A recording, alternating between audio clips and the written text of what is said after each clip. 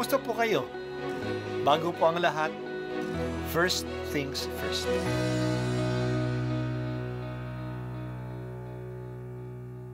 Good morning po.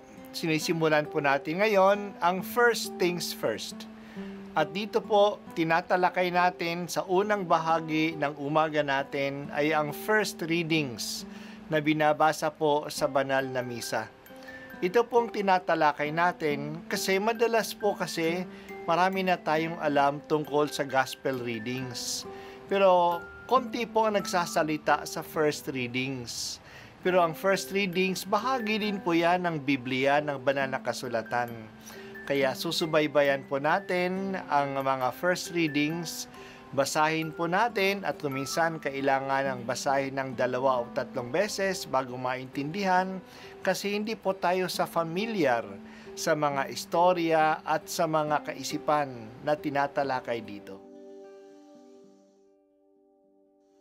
Ang pagbasa mula sa sulat ni Apostol San Pablo sa mga taga-Efeso, mga kapatid, hindi na kayo dayuhan o taga-ibang bansa, kundi kababayan ng mga hinirang ng Diyos at kabilang sa kanyang sambahayan.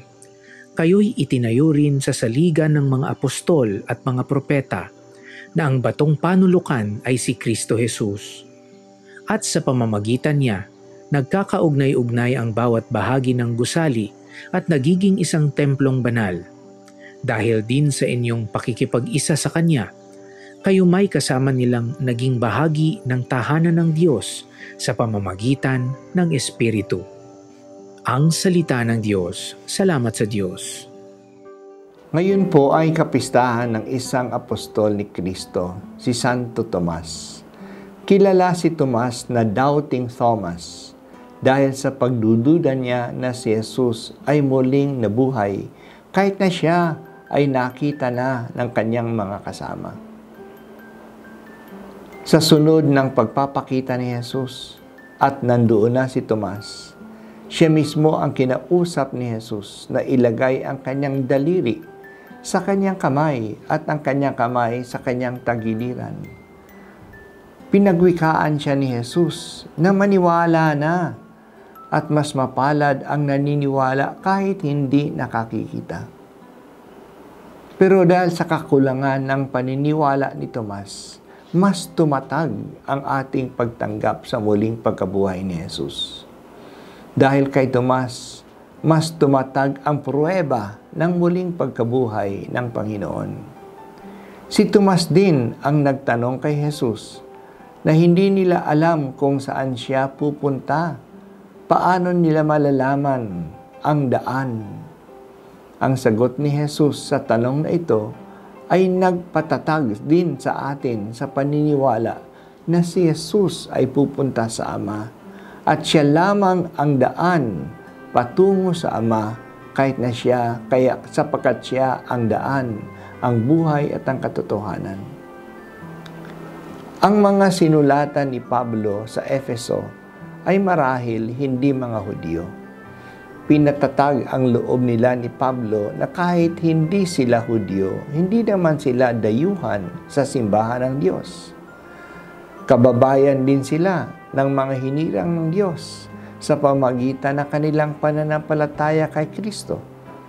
Ang simbahan ay tulad ng isang building na nakatayo sa pundasyon ng mga apostol at mga propeta, at ang panulukang bato ay si Jesus. Bahagi din sila ng gusaling ito kasi sila ay nakatayo kay Kristo.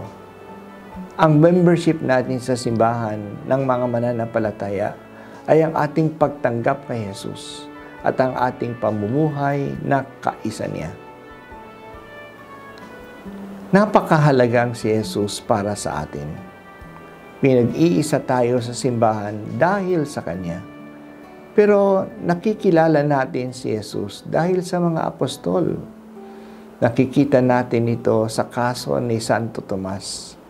Dahil sa kanyang mga tanong at dahil sa kanyang kakulangan ng paniniwala, mas lalong napalalim ang ating pagkilala kay Jesus.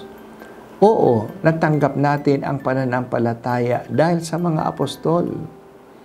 Kaya nga ang isang tanda ng tunay na simbahan ay iyan ay apostolic. Nang ibig sabihin, ang pananampalataya ng simbahang ito ay pinahayag ng mga apostol dahil sila ang nagpakalat ng kaalaman kay Jesus sa buong mundo sa pamagitan ng kanilang pagsasaksi kay Jesus. Si Santo Tomas ay nakaabot pa ng India at hanggang ngayon ang mga Kristiyano sa India ay nagsasabi na ang simbahan nila doon ay pinundar ni Tomas. Hindi lang sila nangaral.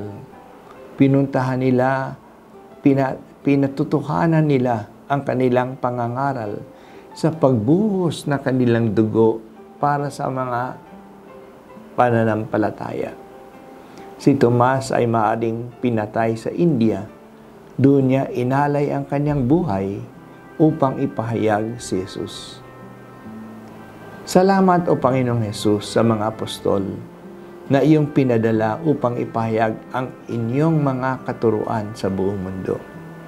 Salamat din sa pananampalataya na kanilang ipinahayag.